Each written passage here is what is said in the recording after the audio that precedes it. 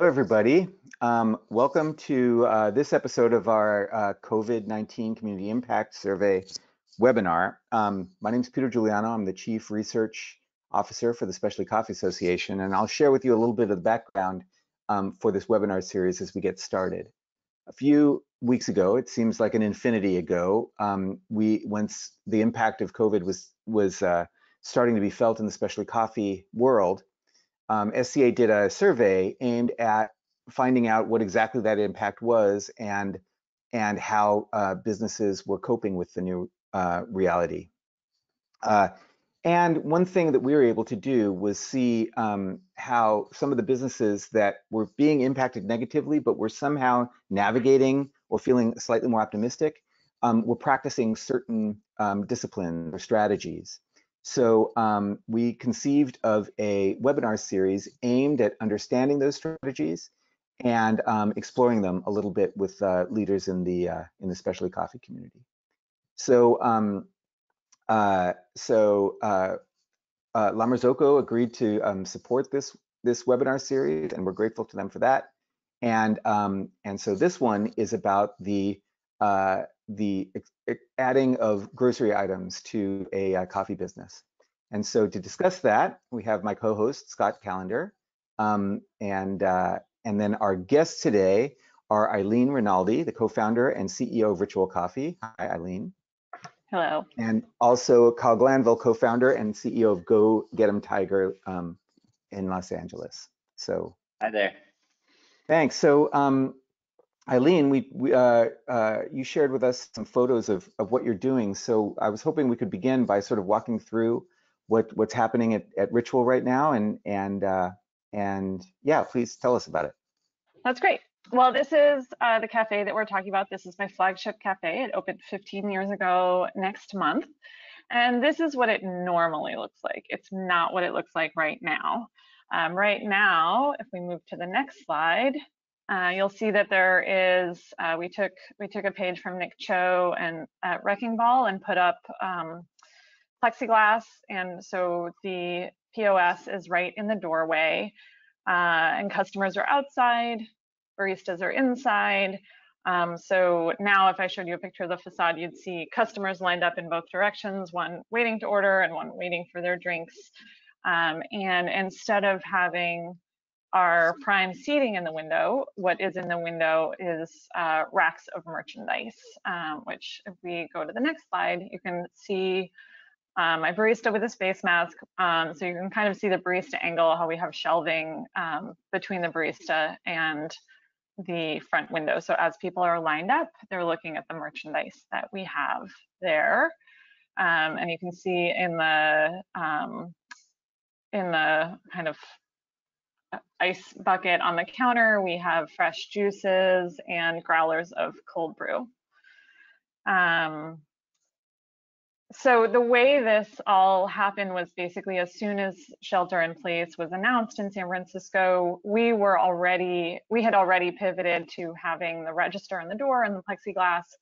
And I wanted to look at, what could we do to become even more essential? Obviously, coffee is essential, but I had a feeling that there were going to be some people who were going to be critical of people just going out and getting a latte. So I wanted to think about what it was that people needed. And I knew that fresh bread was getting hard to get, and we already had containers of milk. So those were the first two things we started with. Let's move to the next slide. So this is actually a picture of what the building where Ritual Valencia is. This is what it looked like in 1920. It was called the Ford Market, and it was a general store. So there were a couple of things in my history and in Ritual's history that made this a natural progression. I actually grew up working for my sister at a store called the Rye Country Store. It's in Rye, New York, which is 30 miles north of New York City. And it's a general store that's been continuously operating since the 40s. And so, it's a world that I know a lot about. And between my history and the building's history, it just seemed like such an obvious transition for us. The other thing that made it easy, and part of the reason we're doing it here but we're not doing this model at Hayes Valley, which is I have 6 shops, only 2 are open right now. And only Valencia is a general store, because Hayes Valley is the one that's built out of a shipping container. And so at 320 square feet, it would be very hard to carry enough items to make this worthwhile. But at Valencia, we had what used to be the customer seating area, and now that's full of all of our new merchandise. So I'd love to show you a few of the items, which are my next slides. This is our seasonal espresso, and I put this slide in here right now just because we are selling so much whole bean coffee. If you are going to whether you're open, you know, I'm imagining that we have some people on the call who are retailers and not roasters, but I would encourage you to think about merchandising whole bean coffee, because people just cannot get enough of it. And next is a 5-pound bag of coffee, which we started selling because we had them and people could see them in the store, and they were like, "Can I buy that bag of coffee?" And we were like, "Sure, okay." So we just added a new button in our Square register and started selling 5-pound bags of coffee. And then here are a few other items. We've got bread, which is of course hermetically sealed and all nicely wrapped up. And next we have some granola. And lastly, we have highly coveted hand sanitizer. So these are all products from other small companies, all people that I had relationships with. And so that's kind of the first group of people that I reached out to. So that's kind of my quick story. Great, thank you, Eileen. I love having visited that shop in Valencia so many times. It's so cool to see that it used to be a grocery store. I had no idea. That's a really cool tie-in. Yeah, thank you. Moving down I-5 a little ways to Los Angeles, we've got Kyle. We don't say I-5 in California. Okay, well, I'm from Seattle now, so you know, I've been away too long. The 5, yeah. But moving down the 5 to Los Angeles, we have Kyle here, and he's going to tell us a little bit about what they're doing at Go Get 'Em Tiger in Los Angeles. Yeah, absolutely. And I'm not as fluid with the slides, so I appreciate the work that you put in, Eileen. Yeah, so when we started to approach knowing that this was going to be a real thing that impacted our company, we thought we were being really proactive. I think the second Monday of March, the managers for the company all sort of got together and had like a tactical meeting, and we kind of phased out, phase 1, phase 2, phase 3, what do we do if there's sort of lockdowns or shutdowns or limitations to the kind of service that we could do in our shops. And, it was funny because like phase 2 seemed really extreme at the time, and it was like eliminating seating and only allowing a limited number of customers into our shop at a time. But within a week, we were somewhere between phase 2 and phase 3, phase 3 being just completely shutting down our stores. And we had already made the decision to shut down, I think, 3 of our stores. And those 3 are really dependent on local offices rather than residential neighborhoods to survive. So, there was nobody there. There were no customers. But in the meanwhile, I had gone to the grocery store twice and was pretty horrified both times. People were not exercising true caution or cautious behavior, and every aisle that had, sort of an essential pantry staple had been completely raided. And when we were talking to our vendors, you're free to flip to the next slide. What it is. but hey, cool. But we were talking to our vendors, you know, because we've always had a pretty big culinary component to what we do. We run our own bakery. We have a commissary. We make our own nut milks. We make chai. We make, you know, all of our own food products. And the way that our company operates is our commissary generates a lot of the sort of mise en place, or a lot of the like core ingredients or components, such as chicken salad, or like we do like a vegan frittata, and all that stuff is started at the commissary and finished in the cafes. And we were hearing from our vendors that they were throwing out, you know, hundreds of gallons of organic milk, and that they couldn't move eggs. And while the grocery stores were empty, the restaurant vendors, the produce vendors, the people selling in bulk were really, really concerned that they had nobody to sell to anymore. And so to me, I mean, I guess it's just the way that my brain works, but I just saw that inefficiency. And it wasn't that, I don't think it's necessarily been that people are suddenly eating 100 times more rice than they did before, but they're getting it differently. They're not getting it out in the world. They're getting it from the grocery store. So, you know, we definitely were feeling the flames at our feet for, you know, two reasons. One was just to maintain viability for our own company, but the other is I couldn't bear the thought of just closing down and laying off our entire staff. And, you know, our customer traffic had been cut down by about half.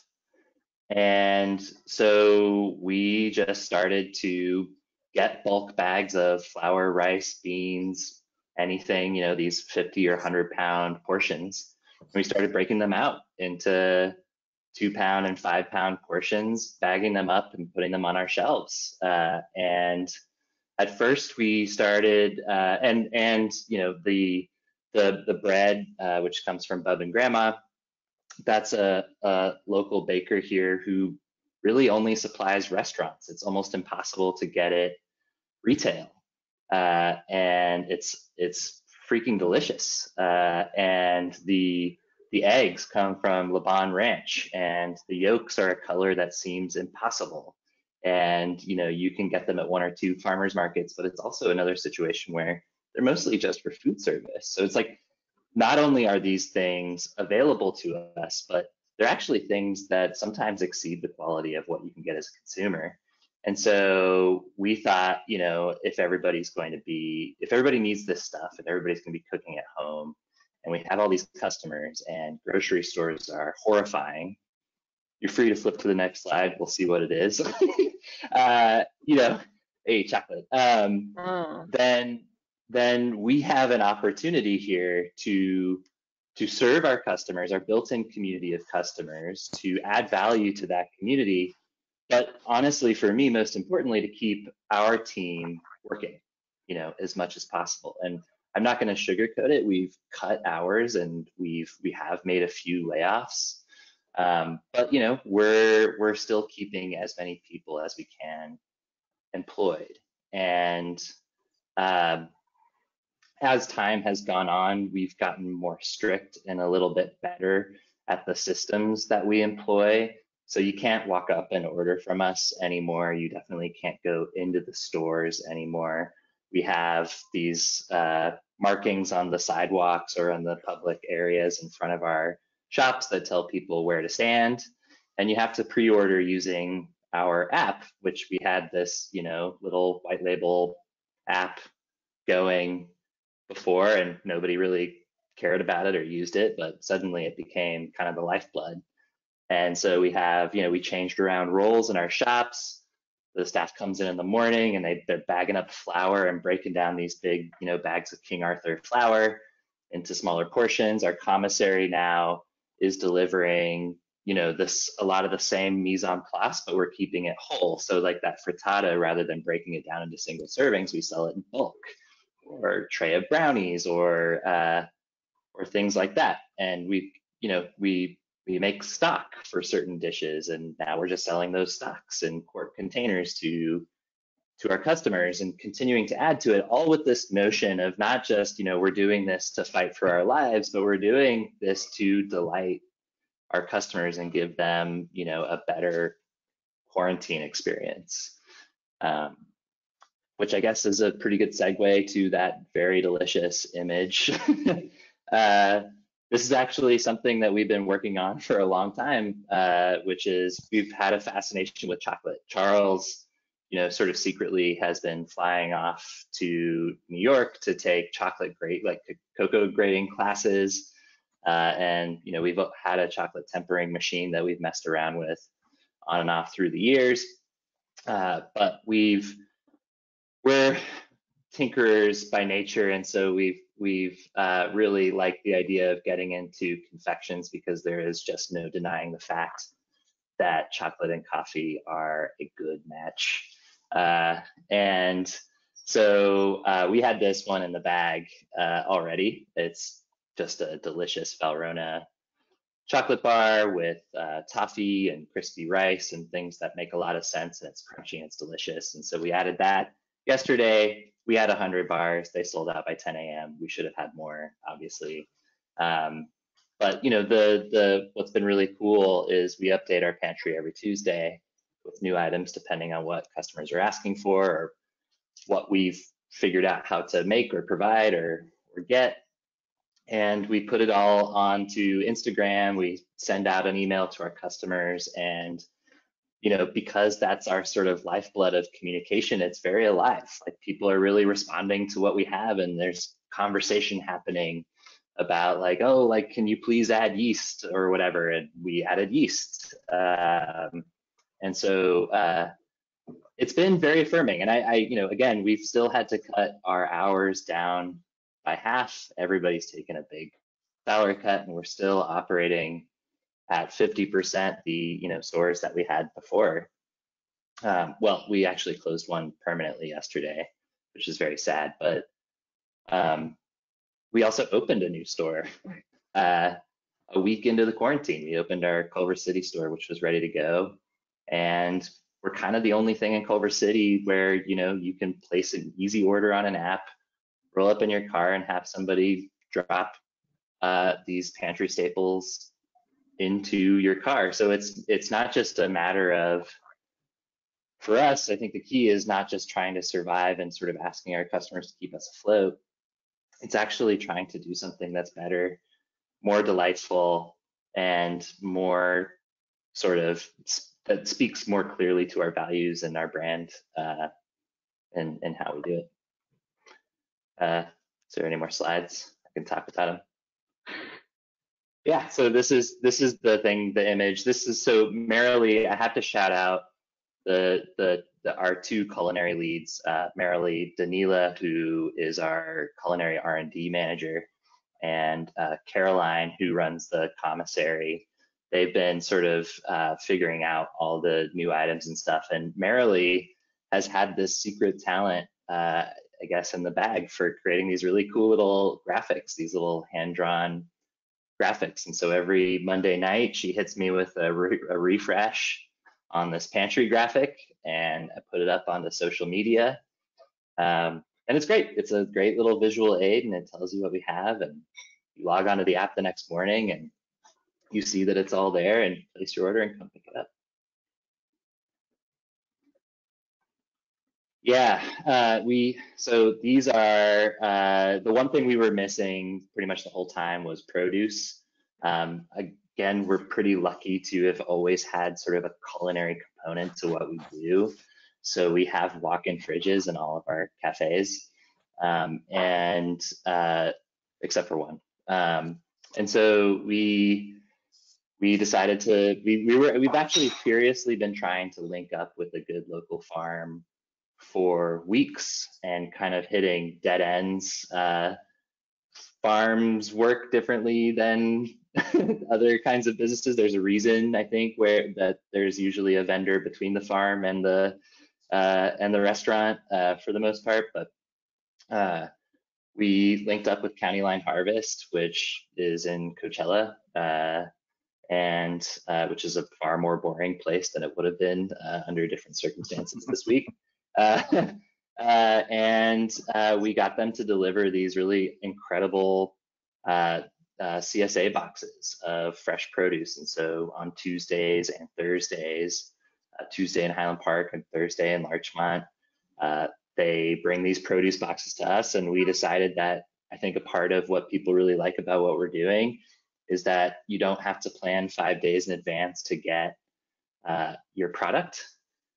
So we allow our customers to pre-order, but we also keep like enough on hand that people can order it on the app and come and pick it up the same day. So you can get this big ass box of produce with lots of delicious greens grown just down the way the day of, which was, I think, important to us to be able to do it that way for our customers.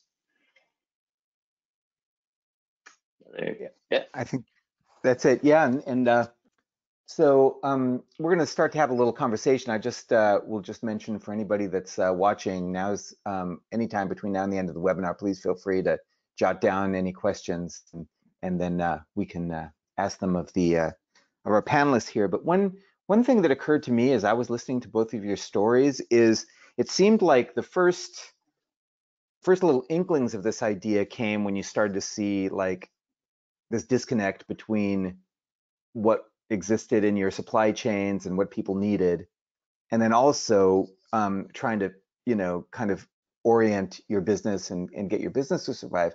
But in both of your stories, I felt like there was a moment somewhere where that, coping thing turned into seeing an opportunity to create something special for your customers or your community.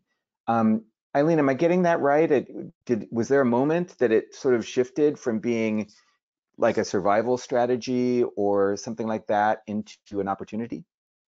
Absolutely. I think at the beginning, I mean, for me, something that I try and do is like most of my ideas from the very beginning of how I built Ritual, I'm not building it for some imaginary customer. I'm building it for me. Like, I want this to exist.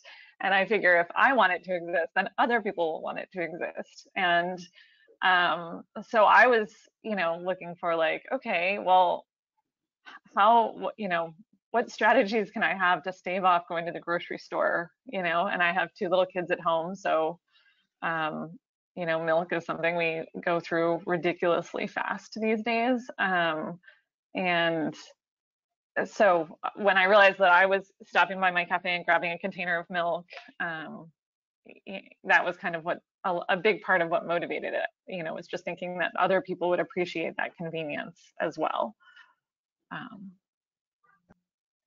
What about you, Kyle? I heard your language shift very much from being like very like crisis oriented to like creating a positive, delightful experience for people.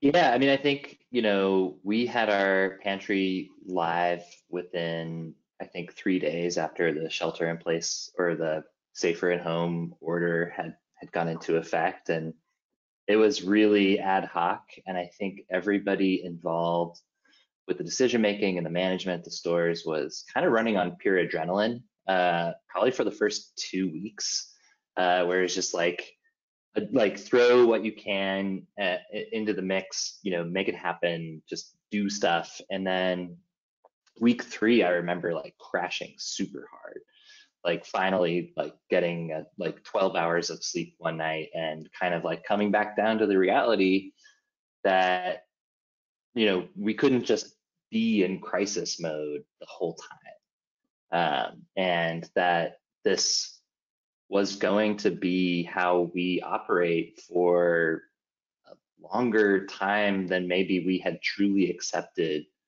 before.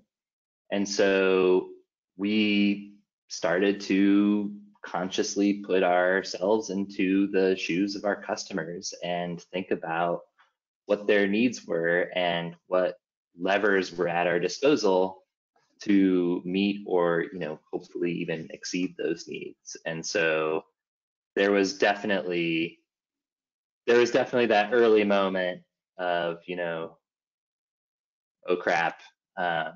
And we transitioned I think about 2 weeks in into like, well, we have to be strategic. This has to be the way that we learn how to operate as a company. And I think, I think this is definitely the same story for Ritual, but for us, like it was all that like kind of work that we had done early on and sort of identifying our reasons for existing and what our values were as a company finally came in really handy. It's kind of like it's a social contract you set with your co-founders, your board members, your investors, and your team, right? Which is like, this is what we're about. And just like any good relationship or whatever, like hopefully you don't have to go back to that contract that often because it's just how people are operating. But having those values available to us and those sort of morals and ideals behind how we wanted to operate meant that it was very okay for us to become focused on creating as much work as we could for our team that wanted it. And it was very okay for us to focus on becoming a community service because community is the most common word that you'll find in our business plan and in our values documents. It's not coffee, it's community. And ultimately that is what makes a coffee shop essential to, I think, any thriving neighborhood or community or area or group of people is the people. Yeah, that was a tangent maybe, but No, I really appreciate your thoughts there. And I think one thing I've really appreciated in doing these webinars with Peter is we've always kind of found that there's two narratives going on in all of these. One, we're focusing on one specific sort of business practice that people can start employing to make this whole thing work during COVID. But the other one is kind of this emotional toll that people are going through who are business owners, CEOs, founders, and people that are leaders right now who have to keep a team together and a business running. And I think this is a unique webinar here where we have two founders, two people that have to be the ones in charge of making all these decisions. And I wonder if both of you could speak just a little bit of the emotional toll this has had and how you found the strength to continue pushing on and innovating through all of this.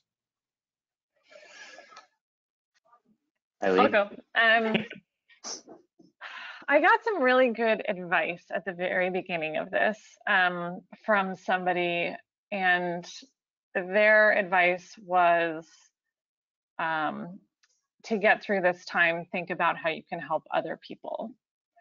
And I have found that like when I'm starting to get really, like when I look at the bank balance and then I look at how much I owe on payroll, I start freaking out. That all I have to do is reach out to another small business owner and talk to them about their problems, and I try solving their problems for a little bit. And that is an exercise that has really gotten me through this time.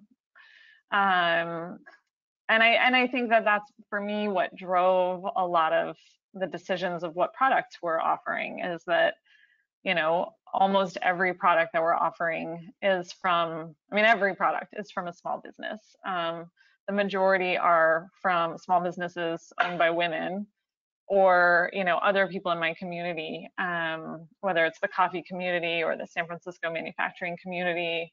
And it just, the amount that we're selling is a drop in the bucket for them. But I also know that every sale that I get right now for roasted coffee helps keep my staff at the roastery busy and employed. And that even if we're only ordering, a couple cases of Nana Joe's granola a week, and she's used to producing huge amounts for restaurants and coffee shops and offices that are closed. But that helps her make it through this time. So for me, that's what I focus on the worst days. So. Awesome. Yeah, thank you, Kyle. Yeah, for me, I'm probably not a person who cries as much as I should, but I cried a lot in the last 6 weeks. There's been a number of really difficult decisions that we've had to make, whether it was closing the store permanently yesterday or even closing the stores temporarily. or closing, or laying off a few of our staff, which luckily that was very limited. I think what I've remembered, and I certainly try, I consider myself a person who is pretty transparent about what's happening and what's happening behind the scenes, but I'm not always the person who over communicates what's happening behind the scenes. And I found so much reward in getting well ahead of very transparent, personalized communication around what we know, what we don't know, what we're thinking about next, and what we think our team can expect to happen. It's hard because I think it can feel like you're constantly admitting your own failures or shortcomings. And it can feel like people will lose confidence in your leadership when you do that. And if there have been many positive pieces of enforcement that I've experienced through this situation, but I've been so delighted and inspired by how grateful and how well people respond to that transparency and like ultra active communication. And I look around at, I've been spending a lot of time, texting other business owners, investors, people I know in the trade, and just trying to like take the temperature and check in with my friends and people. And I think the only wrong answer here is to completely hide. And there's a wisdom to shutting down your operations for this time. I don't think that that's a wrong answer, but that doesn't afford you the ability to hide from what's happening and hide from your team. And I've heard some bona fide horror stories about how people have carried out closures and layoffs that to me just sound like fear of confronting the reality of the situation, fear of crying on Zoom in front of your team, whatever it is. And I've been reminded of the value of being a little bit exposed and a little bit transparent, and how this ultimately, our businesses are not, these leases and these rooms with espresso machines and pretty fixtures. These businesses are groups of people who decide to come together and make this thing happen. And that's the asset, right? And to remind yourself that you're just a citizen of that group, a part of that group like anybody else.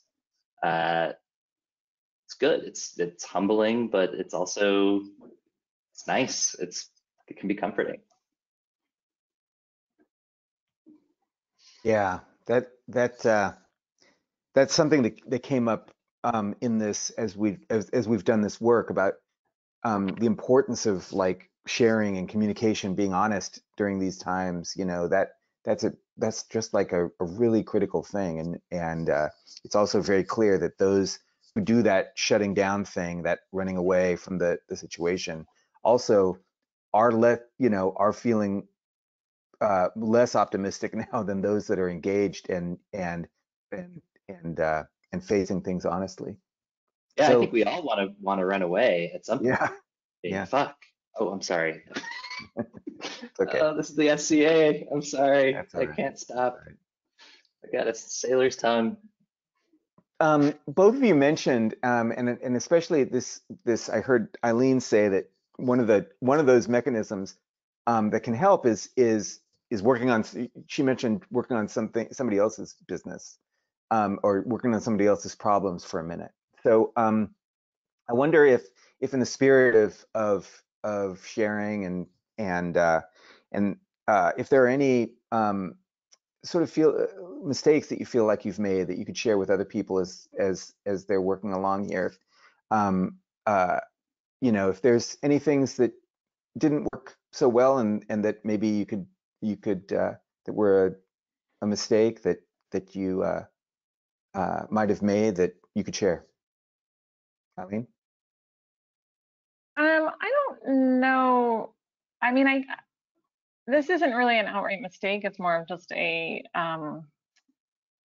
reality check. You know, like this, for us, the general store is, I guess my piece of advice would be to start very small if you're thinking about doing this. Like, you know, when I say that we started selling loaves of bread, I mean, we started buying like 7 loaves of bread a day, you know, and then we increased it to 10. So we're not talking about huge amounts of revenue here. And this is by no means like solving all of our problems. So, but it is like, it feels good, and it's, you know, there are many other benefits to it. So I guess that's my biggest thing is like, you know, we have to do a better job of communicating to our customers what we have so that we start selling more of it. And it's a little bit hard when like we're not letting anyone into our cafes who's not actively working there. So, you know, I've been like figuring out like who on staff has a good phone and like who can take some good pictures, because we're not like, you know, sending the person who's usually responsible for taking our social media pictures in to take these pictures. And, you know, there's things like that about how we're doing business now that are adding additional challenges.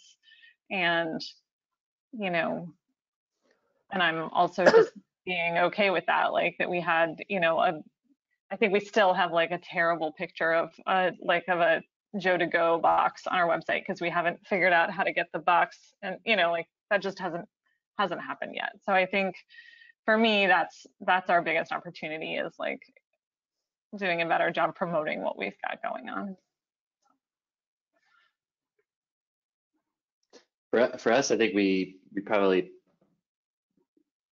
for those couple of weeks when we were really running on adrenaline, I think people started to face real burnout around like all these rapid changes at work, mixed with this sort of fear and pressure of this, you know, insane disease, and also the pressure that they're feeling, you know, with their own at-home situation. I think a lot of our team, like, they're just not going to say when they're like maxing out, but you know, I think about the amount of work, like we completely renovated and remade our business in a couple of weeks, and that required a Herculean effort by a lot of folks. And I think, you know, that stress probably could have been mitigated. And definitely, we definitely, even though we thought we were getting prepared early, we should have prepared more and earlier for this coming. And, you know, I think like for all the transparency and communication that we've had internally and with our customers, you know, sometimes we haven't given the same treatment to like our vendors and our landlords, and they're just as important as anybody in these stakeholder things. And I know there's a lot of landlord hate going around the internet right now, but a lot of landlords are small businesses too. A lot of landlords worry about where their meals are coming from also. A lot of landlords aren't, and a lot of landlords are monsters, and we've had some shade of every experience. You know, I think being as open, and like most people just want to know what the status is, especially now. I think most folks understand that checks aren't coming out as quickly, and you know, but they want to know that, you know, they too are going to have an opportunity to stay in business. So there's that. But then the other mistake is my bank is Bank of America, and they were not trying to give out the payroll protection plan for a company like mine. but that's just an aside. Yeah, that's been very frustrating to follow some of those stories. Man, Not good. so something that I'm just looking across these pictures here, and I knew all of you a long time ago, and I find it interesting that way back in kind of like the early aughts and mid aughts, like a lot of the focus in specialty coffee was purity. So it's like, we're going to open shops, we're going to serve coffee for coffee's sake, no cream, no sugar. And I just find it really interesting. I mean, you know, That's one place. that's the cliche. That's the cliche. Yeah. But I find it interesting now that we're sitting here talking about the fact that we're serving grocery items, or you're serving grocery items at your business. And Kyle, you have a commissary and you're serving food. For me as a marketing guy, you know, one of the things that just makes me endlessly fascinated is this idea of like, what has shifted in your businesses and your brand that really makes this sense for your customers now to be serving groceries? What are those values that you have that make that work? Well, for me, I mean, having, I've been doing this thing since 2000.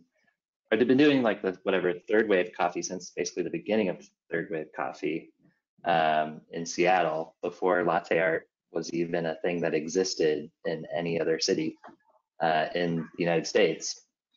And I've done the like purity thing for a long time, and it's exhausting.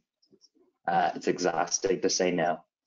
It's exhausting to set rules. It's not as beneficial now, I think, in the sort of boutique coffee trajectory.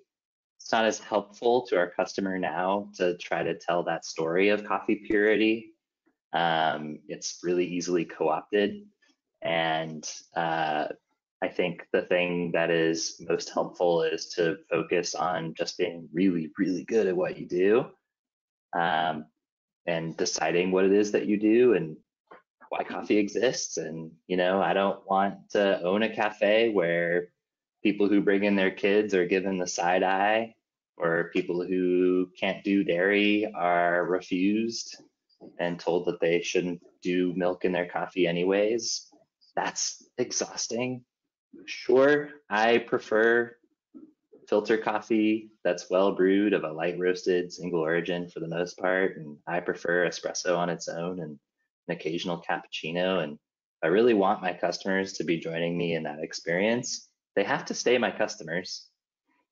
And I've watched people have their first and last experiences, in high-end cafes, and I've probably given people their first and last experiences in high-end cafes. I'm really not interested in that anymore. If I think back to 15 years ago when I was writing my business plan for Ritual, it definitely, like, I focused on creating a space and providing the best cup of coffee, and also being a destination for all things coffee, whether it was education. But yes, there was definitely this focus on purity. And I think that was because we had to get people to realize that we were doing something different. Like, I often talk about, like, you don't want to be the coffee shop that has something for everyone in a way, because it's almost counterintuitive, where the more specific you make something, the more appealing it is. And if you're just going to have something for everybody who walks in the door, and it's more likely to be mediocre. And I call that like the turkey sandwich coffee shop, and but the fact is that then you could also like turn that on its head and make a really good turkey sandwich, and then actually have something amazing. And so I think where Ritual is now, 15 years after we opened, like, people trust us. And the majority of the people coming into my shops weren't even, I mean, there are so many people who weren't even old enough to be drinking coffee 15 years ago that, they've just grown up with latte art, and they've grown up in this world of amazing coffee, and they don't know how bad it was before. And so we don't need to beat them over the head with how good it is, because they just grew up thinking coffee was good. And I think now there's this opportunity to showcase some other amazing products that are just as good and from local producers that are on the same quality. I think the other thing about it is it's just more fun. Like saying yes is fun. Adding flavors that are like I'm not talking about like corn syrup and red dye number 5 kind of flavors, but adding other interesting ingredients to coffee is another place where we have dropped our purity. Like we always have signature drinks on the menu. And it's funny because I remember when at my cafe opening in 2018, we had horchata lattes on the menu, and my best friend came and she got one and she said to the barista, "Does Eileen know that you're making these?" Because she couldn't believe that I had shifted from being such a purist about coffee to iced horchata lattes are freaking delicious if you make them right. And so I think that the same thing with this, where it's like it's more fun to do what we're doing now, and we're selling packs of cookies, or like we're another thing that we've brought in are cookie mixes that are intended for parents to do with their kids. And so it's just another opportunity to meet a need, but also have fun and give our customers a way to have fun. You said something that enraged Peter because he's out. Yeah. Oh, there he is. Peter doesn't like fun. My kids were knocking at the door persistently, so I think it might be. And then when I opened it, I saw Felix had peanut butter on his face, so I think it might be something peanut butter related, but everything's okay. So we've got a few questions now, also from the people who are watching, and I'd love to explore those a little bit now, if we could. Here's one, and it's got a comment at the beginning, so I'll just read it all. Blessings to you, Kyle and Eileen. My prayers are with you and your teams. I love this industry, and I know that we'll get through this together. So that's the comment. Here's the question. Have either of you thought of a new business model of helping open up mini grocery pantry locations inside offices so that the new workforce, which will be smaller, has a place to get the groceries with minimal social contact than at traditional grocery stores? So I guess this touches on the question on, are we seeing a model shift of grocery outlets and having coffee shops or smaller units be more kinds of grocery outlets in your communities? This was actually part of what motivated me to do it, was not necessarily going into other people's offices, but I did think of, I am incredibly grateful of my teams who are still working right now. We're nearly fully staffed at the roastery. We have 2 cafes staffed, and I wanted to think about like what I could do for them during this time. I'm always trying to think of benefits that go beyond just like paying people more, because obviously coffee isn't unlimited. And so for me, I was thinking like, oh, this is a great benefit that people could pick up groceries while they're at work. So we're doing that for our staff. I hadn't thought about extending that to other staffs. I know that there are a lot of companies out there who distribute to coffee and kombucha and some other things, snacks to offices, and I suspect that they'll be looking to add things. Although then there's the transportation issue. You don't necessarily want to be lugging a gallon of milk on transportation. Also. Yeah. What about you, Kyle? Any thoughts about that? I mean, we have operations that are office adjacent, and so I guess they could function as a pantry for those offices. My initial feeling is that if it proved to be viable, then somebody who was better at that would do it and wipe us out. So I think, you know, for now, what we're seeing is that what's viable is operating in neighborhoods and places where people can walk to easily and are kind of central, and doing it in a way that is cleaner and more pleasurable than a grocery store. I've never, probably the last like sort of investor-backed third wave coffee shop that's not operating in a tech office, and I probably never will, but who knows? We'll see. But yeah, I don't. I mean, the other thing about that is if you think about, you know, setting up an outpost of some sort in an office and having it staffed, because it would have to be, I think.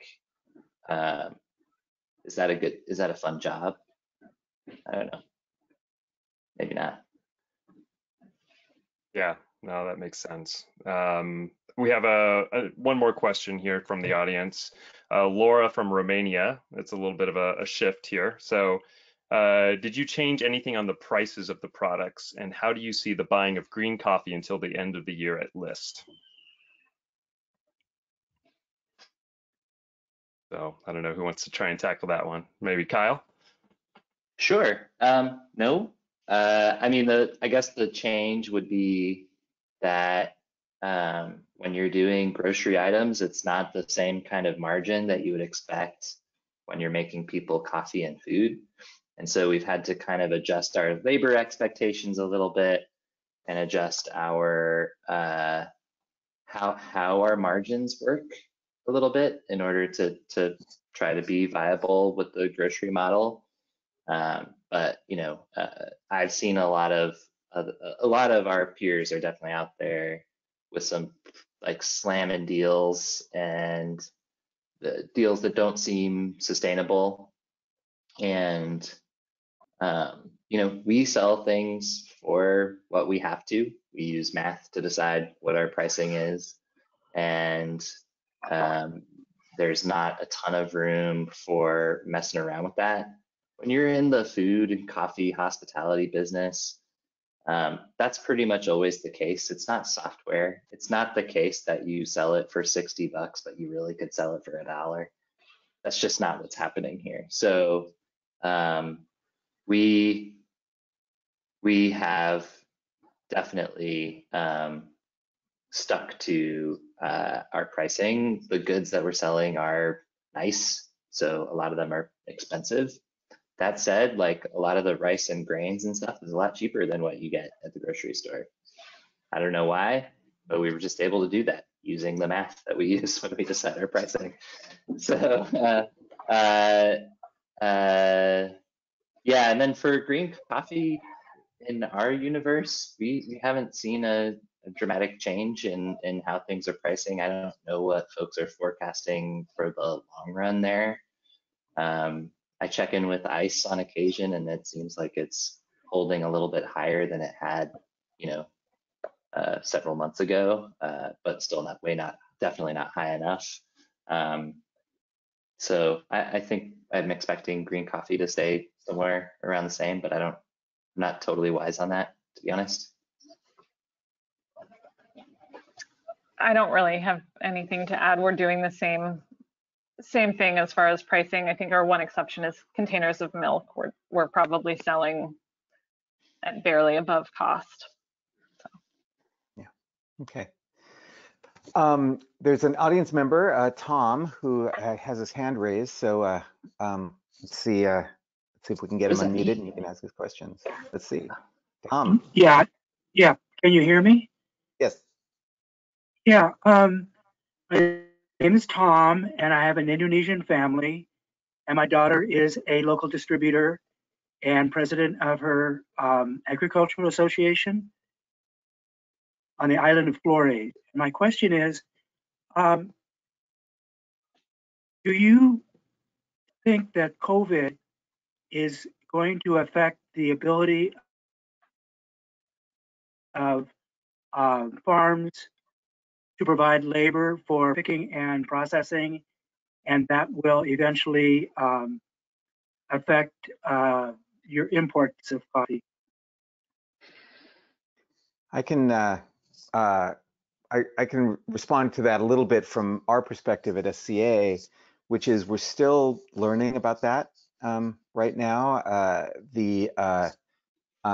It can be challenging in these times, even with all the communication that's available. It can be challenging to get good information about what's happening in coffee producing areas, and we've been talking a lot about ways that we can collect that information and make it available to people to answer questions exactly like that. So I would say anybody can jump in on this here, but I can say from my perspective, it's not exactly clear what's happening with farm labor and in producing places and it's also very differing a lot from place to place depending on all sorts of variables. So we hope at SCA to be able to provide more clarity than that at some point, but we don't have really good information on that right now. Yeah. Okay, thanks for that. And Thanks, Tom. I'll talk to my about, stay in about touch. how things are going on over there. Yeah, stay in touch. Sure. We'd love to hear more from you on that. Okay, sure. Okay, well, we're coming to the close of our hour. So yeah, I wanted to thank everybody for your contributions. And just as a reminder, we'll be posting a recording of this webinar on at the URL that you see below. And so, but please feel free to reach out to us or I think all of us have social media presences and we'd love to stay connected with everyone. So for me, Eileen and Kyle, thank you so much for spending your time with us today and sharing so much good information. Yeah, thank you, Eileen and Kyle. Really appreciate you sharing kind of your hearts too and your passion for this. And it's really helpful. We've heard a lot of comments. Peter and I were talking before this. There's been a lot of people that have reached out that said it's just so nice to hear people kind of struggling with this too. And in that's kind of where people are finding some hope and some comfort. So thank you for sharing your hearts in this too. We really appreciate it. Yeah. Thanks and happy birthday, Scott. Thank you. What? It's Scott's birthday? Yeah. Scott's birthday. Wow, happy birthday. Got 26, 27? Yeah, something like that. Yeah. I shaved off the gray so you couldn't tell. Nice. Yeah. It's also we should wish happy anniversary to Eileen. It's Ritual's 15th anniversary this year. Yeah, I had a different kind of celebration planned, but yeah. we're still open. Congratulations, so there's Eileen. that. That's awesome. Yeah. Yeah. That is awesome. Okay. Thank you very you much. all. All right. And be well. Bye, everyone.